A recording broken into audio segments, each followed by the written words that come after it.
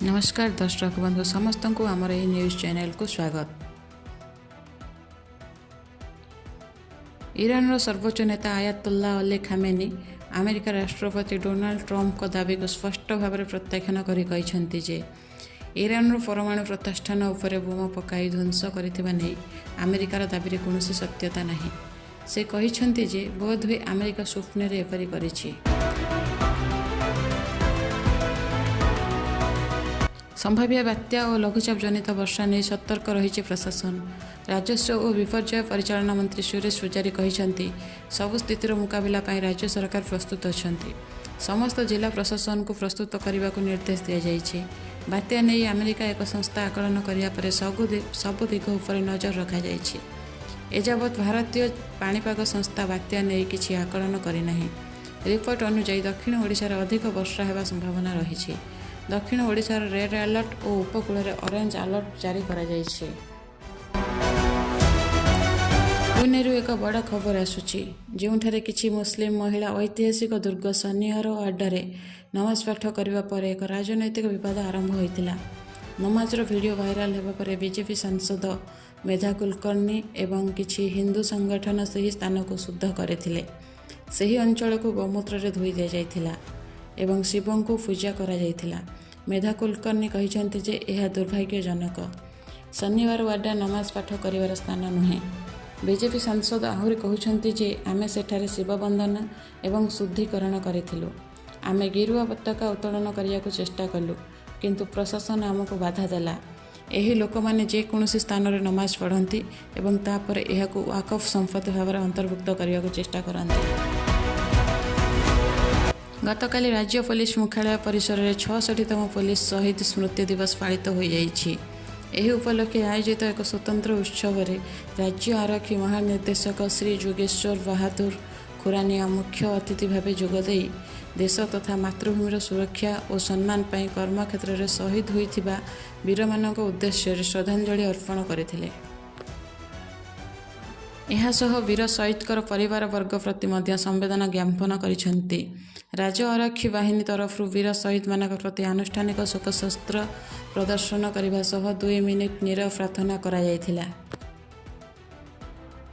एही अवसर में डीजी श्री खुरानिया कहिसेंति जे किछि वर्ष पूर्व पुलिस शहीद मानकर तालिका संख्या बहुत लंबा रहुतिला एवं वर्तमान परिस्थिति रे देश रे शहीद मानक संख्या बहु मात्रा रे ह्रास घटिछि। देशर समस्त सुरक्षा बाहिनी तथा पुलिस कर्मचारी मानकर अक्लांत परिश्रम और साहस द्वारा यह संभव हो पारिछि।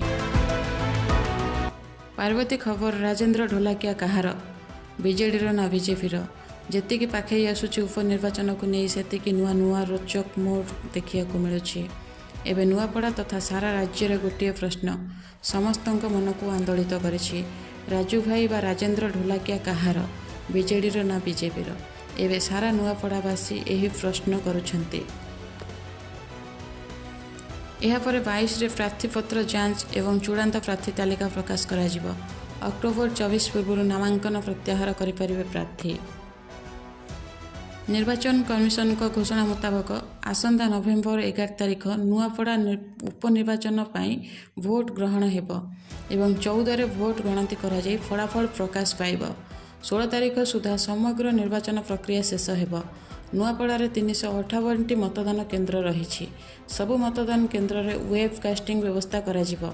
बूथ भीतर को मतदाता माने निजर मोबाइल फोन नहीं पारिबे नाही। नवेम्बर 11 तारिख सकाळ 7टारू अपराह्न 5टा पर्यंत भोटदान प्रक्रिया चलिबो। अन्य पक्षरे वामपंथी उग्रवादी प्रवण अंचलर 47टी बूथ रे सकाळ 7टारू अपराह्न 4टा पर्यंत भोटदान प्रक्रिया अनुष्ठित हेबो बोली विज्ञप्ति रे उल्लेख रही। नवेम्बर 16 तारिख सुधा निर्वाचन प्रक्रिया संपूर्ण हेबो। पड़ोसी चाइना भारत को आउ एक झटका देइछि। अमेरिकार हाई टैरिफ पर भारत निकट को आसुथिबा नुआ दिल्लीर वैद्युतिक यान एवं बैटेरी उपरे सब्सिडी विरोध में चाइना विश्व वाणिज्य संगठन रे अभियोग दाखल करिछि। भारत द्वारा कार्यकारी करा जायथिबा अनेक प्रोत्साहन योजना उन्नत रसायन विज्ञान सेल बैटेरी स्टोरेज मोटर यान और यार उपादान सहित जड़ित पीएलआई योजना एवं भारत में वैद्युतिक यात्रीवाही कार निर्माण को प्रोत्साहित करने योजना सामिल अछि। ଚାଇନା ବାଣିଜ୍ୟ ମନ୍ତ୍ରଣାଳୟ ଅଭିଯୋଗ କରିଛି ଯେ ଭାରତ ଦ୍ୱାରା ନିଆଯାଇଥିବା ପଦକ୍ଷେପଗୁଡ଼ିକ ବିଶ୍ୱ ବାଣିଜ୍ୟ ସଂଗଠନର ଅନେକ ସର୍ତ୍ତାବଳୀକୁ ଉଲ୍ଲଂଘନ କରେ। ମନ୍ତ୍ରଣାଳୟ ଅନୁଯାୟୀ ଏହି ପଦକ୍ଷେପଗୁଡ଼ିକ ଜାତୀୟ ଚିକିତ୍ସା ନୀତିକୁ ଉଲ୍ଲଂଘନ କରେ ଏବଂ ଆମଦାନୀ ଓ ପ୍ରତିସ୍ଥାପନ ସବସିଡି ଅଧୀନରେ ଆସେ, ଯାହା ବହୁପାକ୍ଷିକ ବାଣିଜ୍ୟ ନିୟମ ଅନୁଯାୟୀ ସ୍ପଷ୍ଟ ଭାବରେ ନିଷେଧ।